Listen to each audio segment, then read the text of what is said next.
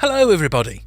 Today we're exploring the mythical creatures of the Philippines, uncovering legends from its diverse regions.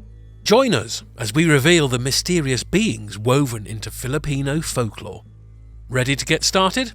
So, let's begin. Kapre. The Kapre is a mythical creature often associated with the rural parts of the Philippines, particularly in Luzon. Traditionally depicted as a giant, hairy, cigar-smoking entity, the Kapre lurks in big trees like acacias, mangoes and balete. It is said to be benign yet mischievous, causing disorientation to travellers by making them lose their way. The Kapre is not necessarily malevolent, but enjoys playing tricks on people, creating illusions to confuse them. Its role in folklore is more of a playful spirit rather than a harmful entity, often just seeking interaction with humans or enjoying its solitary existence in nature's vastness. Manananggal. The Manananggal is a fearsome being most popular in the Visayas region, but known throughout the Philippines. It appears as a beautiful woman by day, but transforms at night by severing its torso to fly and prey on pregnant women, using an elongated proboscis-like tongue to drink the hearts of fetuses. It is believed to inhabit quiet, rural areas, often nesting in hidden places. The legend of the Manananggal speaks to common fears about the dangers lurking in the dark and serves as a cautionary tale against the threats of the unseen. Duwende. Duendes are dwarves or goblins found in Philippine folklore, with variants recognised across the archipelago. They occupy homes in anthills, old mounds in rural areas, or in the walls of houses.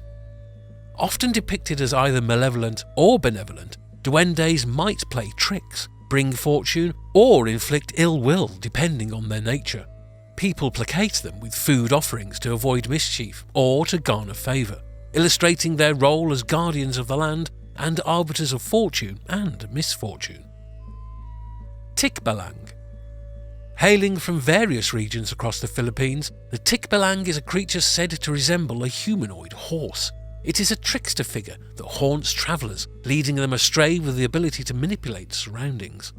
Found in the thick woods and grassy plains, the Tikbalang is envisioned with the head and feet of an animal, but with a largely human body. According to legends, to tame a Tikbalang and break its spell, one must wear one's shirt inside out and ask politely for directions. This creature's role is often to test the courage and wit of adventurers, serving as a guardian of the forests. Bakunawa.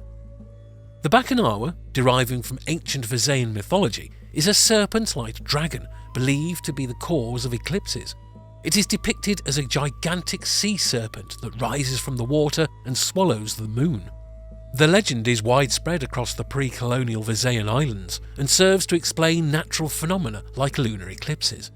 Communities would bang pots and pans or play loud music to scare the Bakunawa into releasing the moon. The creature plays a cosmological role, representing the forces of nature that are beyond human control. Diwata.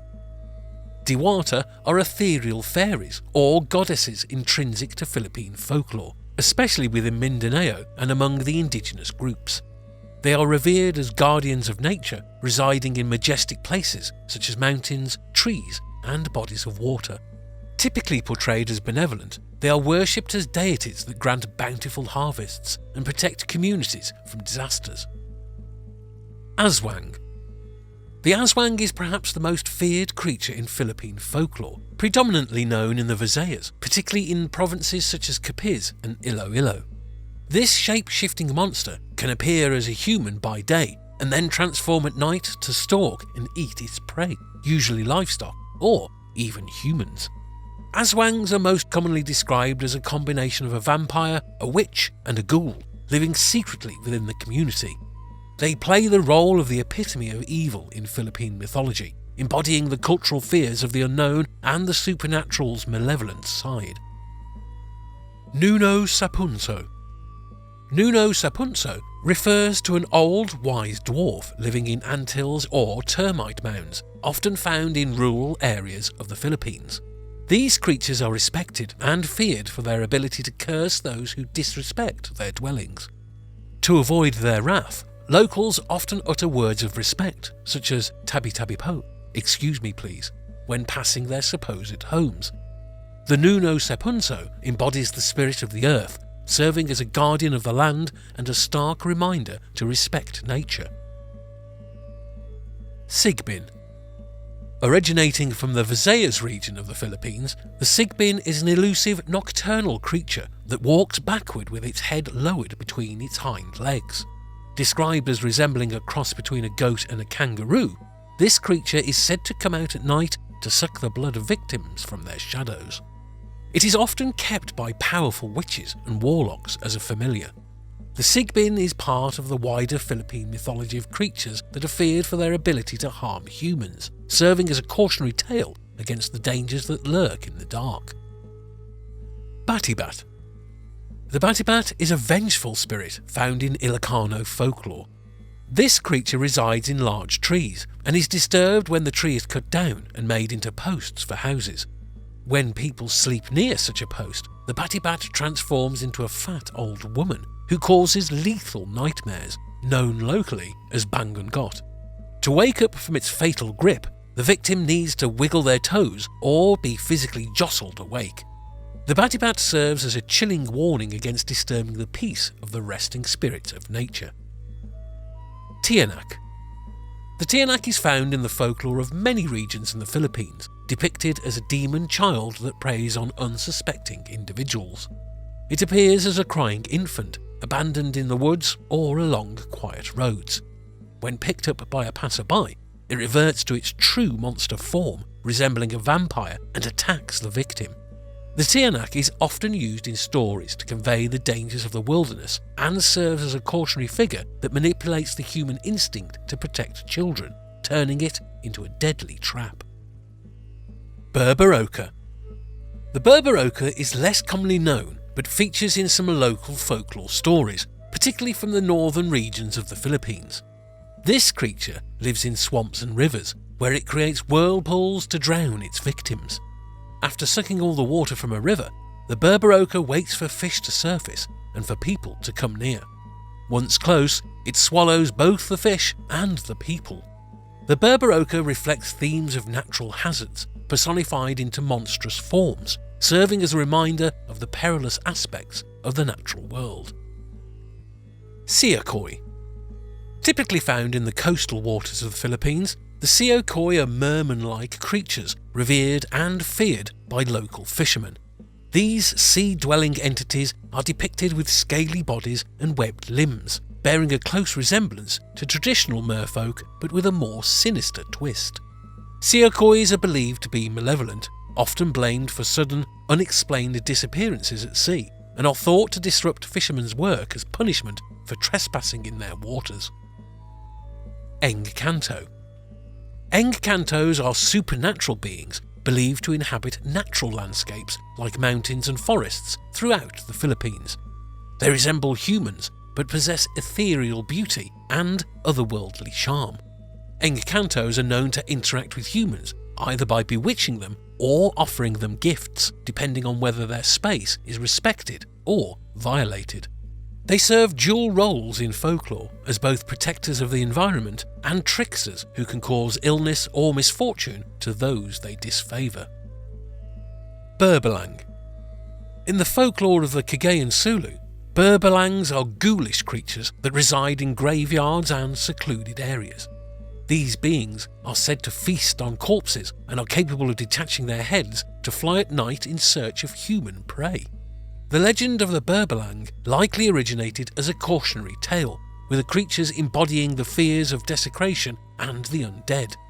They are typically portrayed as harbingers of death and are used to explain sudden or mysterious illnesses in communities. Mangkukulam.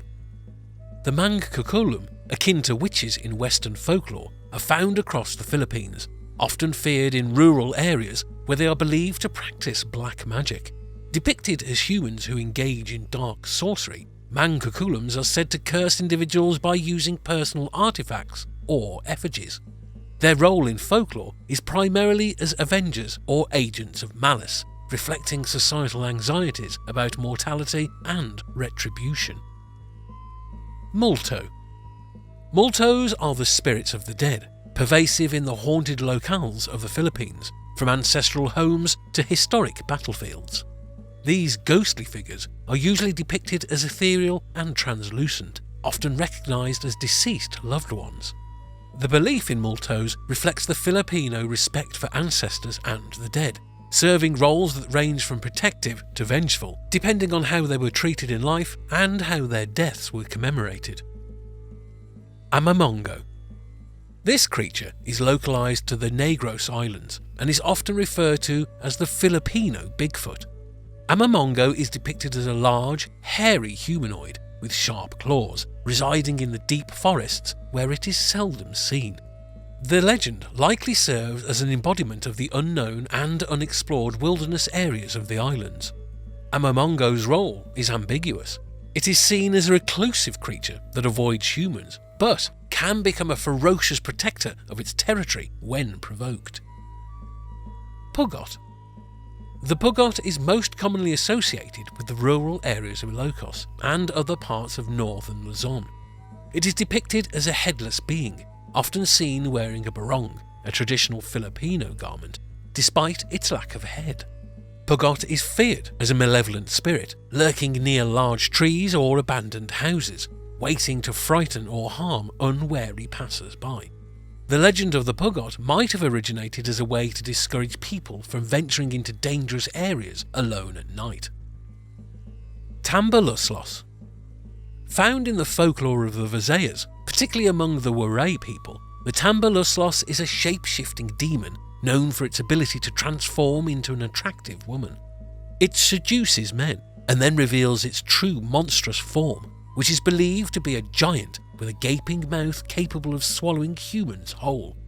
The Tambaluslos symbolises the dangers of succumbing to deceptive appearances and serves as a cautionary tale against lust and infidelity.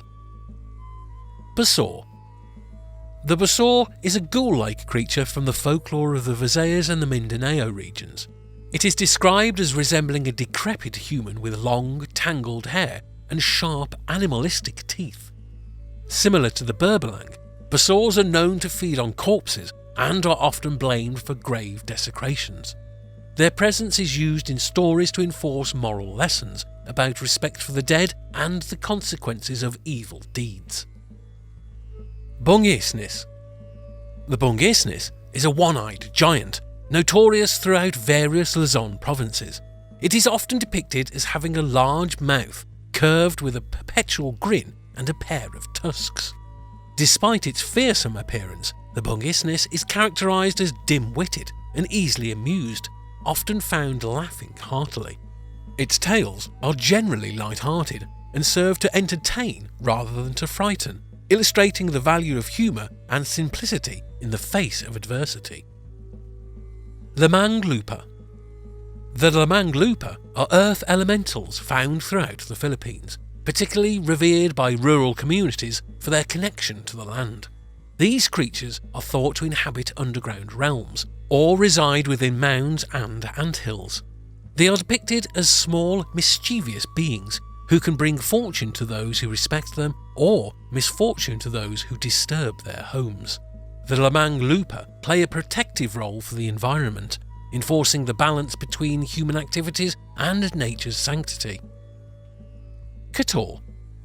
The Kator are sea spirits celebrated in the Visayan regions, particularly around the islands where fishing is a way of life. These beings are said to control the sea's bounty and are often depicted as merfolk, half human, half fish. Fishermen pay their respects to the Kator to ensure a good catch and calm waters. The role of the Kator is primarily as guardians of the ocean, mediating between the aquatic world and human interests, blending benevolence with retribution depending on how they are treated. Bal-Bal. The Bal-Bal, also known as the corpse thief, is a ghastly creature from the folklore of the Visayas and parts of Mindanao. This creature is feared for its gruesome habit of stealing corpses and consuming human flesh. It is often depicted as having sharp claws and a strong, disgusting odour that masks its scent from humans. The Bal-Bal is a cautionary tale, embodying societal fears about death and the afterlife, and is used to discourage tampering with the dead.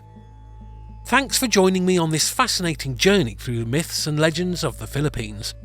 If you enjoyed uncovering these mysterious creatures with us, don't forget to like, subscribe, and hit the bell icon to stay updated on all our future adventures.